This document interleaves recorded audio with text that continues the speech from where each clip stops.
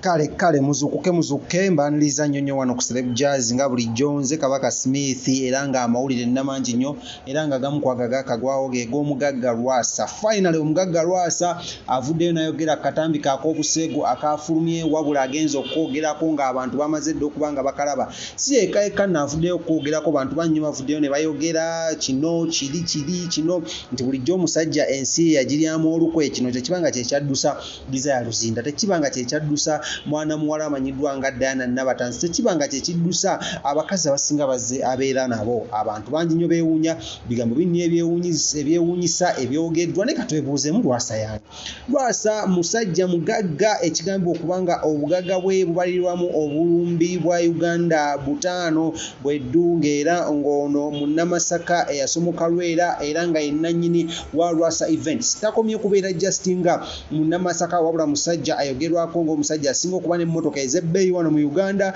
musajja azogerako ng'asinga okuba nga yettanira nnyo abakyala abasereebu naddala abakyala abali mu limelight, ng'era mu kwabo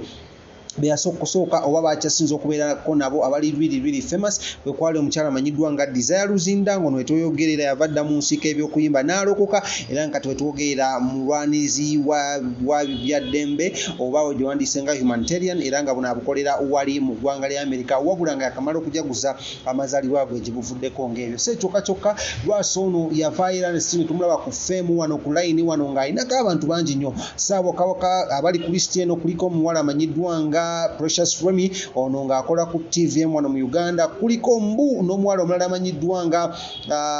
Zahara naye akola ku TVM ku Uganda, wabula abo bokka si be bangi nnyo balowoozeddwako. Abasinze okukola amawulire n'okuba nga omwami ono bamuteeka omunakinkumu mu kuzannya ebina Uganda amanyiddwa nga Diana Nabatanzi era ng'ono akola puroguramu emanyiddwa nga kiri kitya wali ku Telefina wali TVM empologoma ya Buganda amanyiddwa nga Ssaabasajja Kabaka, era ng'ono muzannyi wa bina Uganda, muzannyi wa firimu, purezenta, mukyala ayina mwambazi era nga akola ne mu byengoye oba muyite fashionista. So kyokka wabula bino bigenza okufuluma awakatambi kano kagenza okufuluma Lwasa okuba nga akogerako ku Facebook ye ne ku mikutu gitwandise gya social media nga wakayitawo emyezi 45 bweddu bukyanga akatambi akagambibwa okuba Mbu Diana Nabatanzi yakalimu, era ng'omugagga ono Lwasa yavaayo neyeewaana nga y'omu kwabo abaafulumya akatambi kano era n'agamba awo kagakyali mabaga bingi nnyo ebikyajja okulabamu n'alabisa mwana muwala ono amanyiddwa nga Diana Nabatanzi. Twali tukyali awo kubya akatambi seyokayoka tugenda okulanga Lwasa akubye mwana muwala amanyiddwa nga Angel Mbaga wali saidi wali ewaabwe ewakawe yamukyaliza n'amwanjula mbakadde be era ngono yamuwa n'emmotoka empya bwe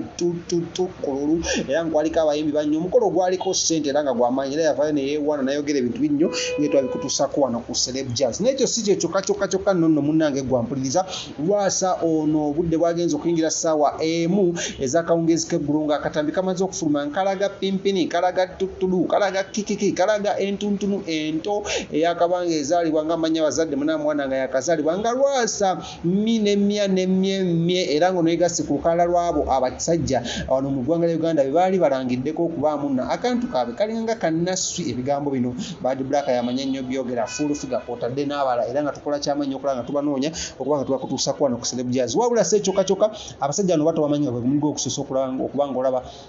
kuliko the famous Bebe Cool era ngo naye bamulangirako, yamulangira ti yali mulala yali mwana muwala Bad Black. Kuliko omusajja naye afulumira mu katambi, omusajja omu ku bagagga amanyiddwa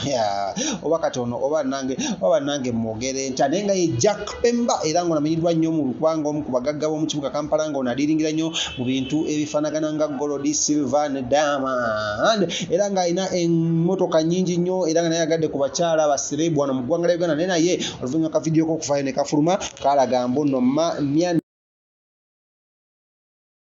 bali disappointed. Wabula abantu bangi bavuddeyo okuvaayo nga bayogera ku nsonga za Lwasa ono nga yennyini avuddeyo ne yeetonda wali ku mukutu ogwa Facebook naye nga reaction z'abantu zibadde nnyingi nnyo era nga singa bagamba abakazi bewanyi bagamba era bannange omukubyeko ekibaati era omukubye equalizer bukyanga yeewaana kumbe bulijjo ina kantu bwe kato kireka n'abaana bayina Mbu balabika siibye maama.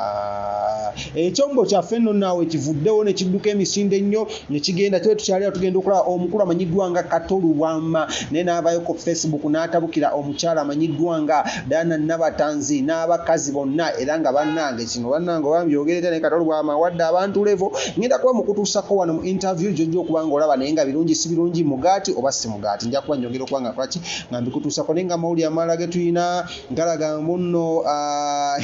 Eddie Kenzo ennaku zino apepeya ne mwana muwala amanyiddwa nga Pia Pounds nabyo ngenda kuba mbikuleetera mu maaso awo wabula akyayogera akatambi kano gw'olina ndowooza ki ku katambi kano aka Lwasa vaayo naawe obeere ng'okola ki ng'obyogerako ddala ye Lwasa oba si Lwasa yongera okusubscribinga olikinge okomentinge tusobola okuva mu maaso tugenda mu maaso n'ebintu bigenda ku Celeb Jazz wano wennyini ku Celeb Jazz.